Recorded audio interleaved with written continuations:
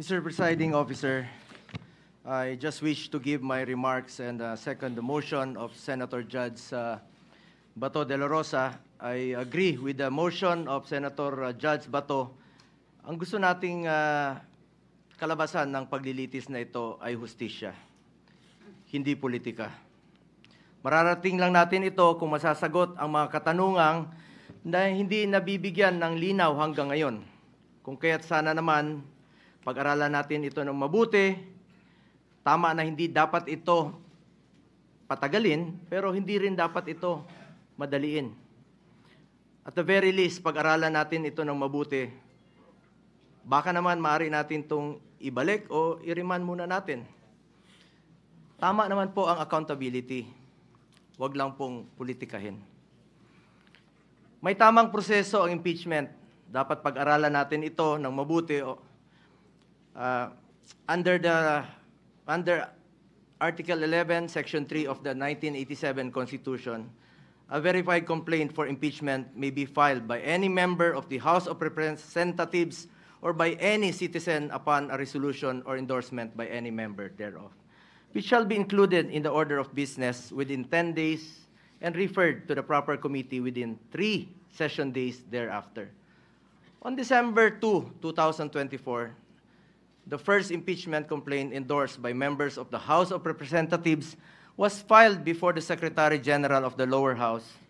Second and third impeachment complaints were filed in the succeeding days, duly endorsed by members of the House.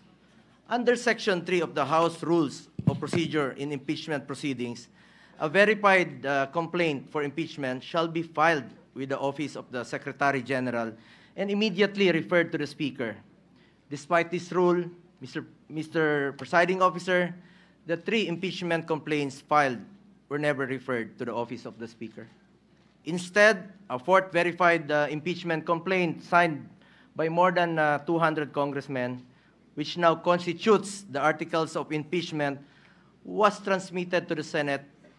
This brings into question the legality of such move when the Constitution provides that no impeachment proceeding shall be initiated against the same official more than once within a period of 1 year. Para sa ordinaryong mamamayan, at lalo na sa aming mga binigyan ng tungkulin na maging senator judge sa paglilitis na ito, this opens up a lot of questions. At ang iniiwasan natin ay yung magpapasya tayo sa isang bagay na makakaapekto sa buhay ng bawat Pilipino. Makakaapekto sa trabaho natin na makatulong sa tao. Tapos hindi naman pala dumaan sa tamang proseso. Yes, we are senator judges tasked to decide on this matter, and we took an oath to be impartial. But this matter, whether it went through the right process or not, should be first decided upon and settled with no question prior to that. We are all for accountability.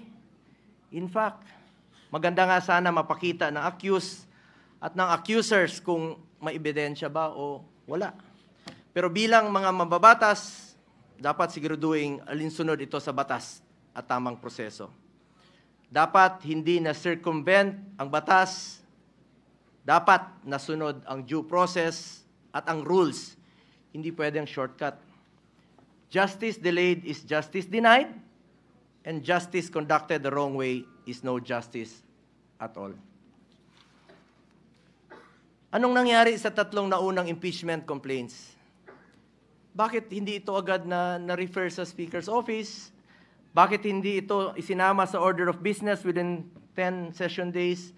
At bakit hindi ito inirefer sa tamang komite within 3 session days after its inclusion in the order of business as mandated by our Constitution? Tila dinrable lang ito at hindi pinaandar ang shot clock.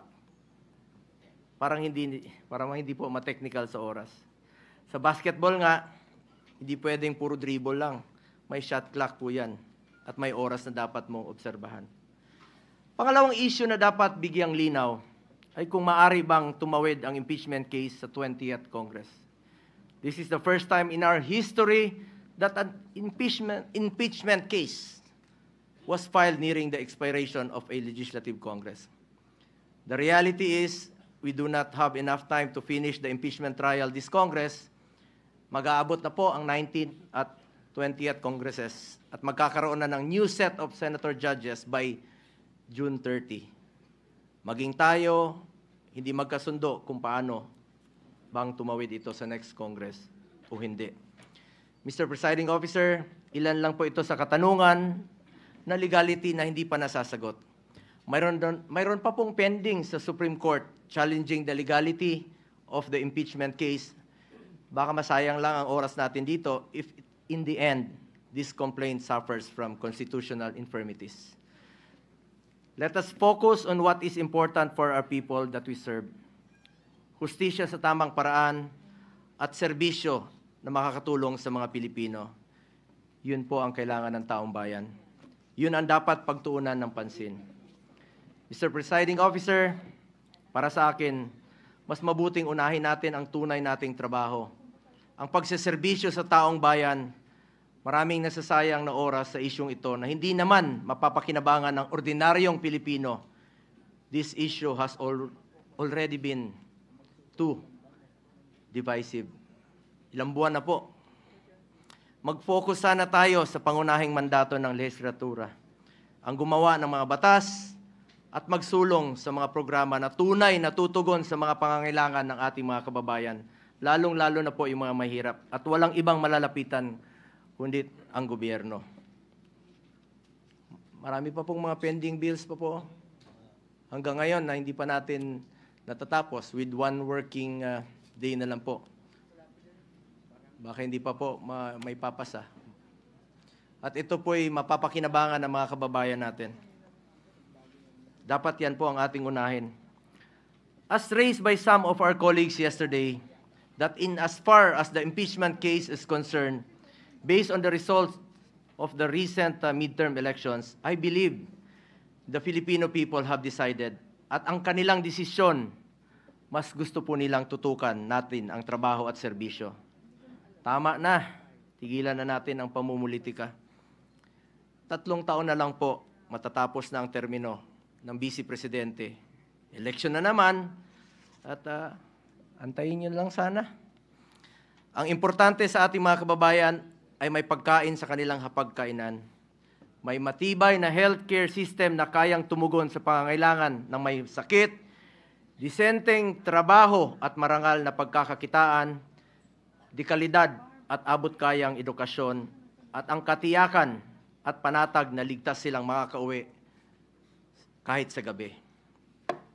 Hindi naman nakakain itong impeachment. Sana pwede ninyong ikonsidera at the very least, bago tayo maglitis dito, siguraduhin muna natin na nasa tama na prosesong tinahak natin dito. At the very least nga, sabi ko, marahil pwedeng ibalik o i-remand muna na ito sa pinagmulan sa House of Representatives dahil marami pang ang katanungan ang legally hindi nasasagot. Mas mabuting siguraduhin natin na sumunod sa proseso ang anumang kaso na ating diringgin para hindi masayang ang ating oras. Sang-ayon po ako na hindi natin ito dapat patagalin. Kahit si Vice President Sara Duterte gusto naman harapin ang kaso, ngunit wala ring dapat may gusto na madaliin po ito. Paano kung magsimula na tayo ngayon at magdesisyon ang Supreme Court na unconstitutional ang ginawang procedure ng House of Representatives? Paano kung sabihin nila na hindi pwedeng tumawid sa 20th Congress? Ano ang magiging aksyon natin? This puts us in a possible conflict with the decision of the Supreme Court. We must be prudent about this matter. Mr. Presiding Officer, I just want to reiterate, hindi ko po tinatalikuran ang aking sinumpaang mandato. Tungkulin ko yan as Senator Judge, kahit araw-araw tayong maglitis dito, but we would also be remiss of our duty kung hindi natin siguraduhin na dumaan ito sa tamang prosesong nakasaad sa ating konstitusyon. At kilala ko po ang mga Duterte, Mr. Presiding Officer. Hindi sila tumatakas sa accountability, hindi sila tumatalikod sa hamon ng buhay. Hindi sila tumatalikod sa kanilang tungkulin. Maraming beses nang sinabi ni dating Pangulong Duterte na handa nga siyang sumagot at harapin ang mga inaakusa sa kanya, pero dito po sa ating bayan, hindi sa ibang bansa. Nabanggit din po ni Vice President Sara Duterte na handa siyang harapin ang impeachment case laban sa kanya. Hindi ito issue ng pagtakas sa accountability. Ang gusto natin dito, siguraduhin na nasunod ang tamang proseso. We must respect and abide by the procedure laid out in our Constitution. Hindi pwedeng mamili lang tayo ng mga provision na ating susundin. We are all bound to the rule of law and we must follow due process. That is all, Mr. Presiding Officer. Thank you, Senator Go. Before Senator Ontiveros, Chair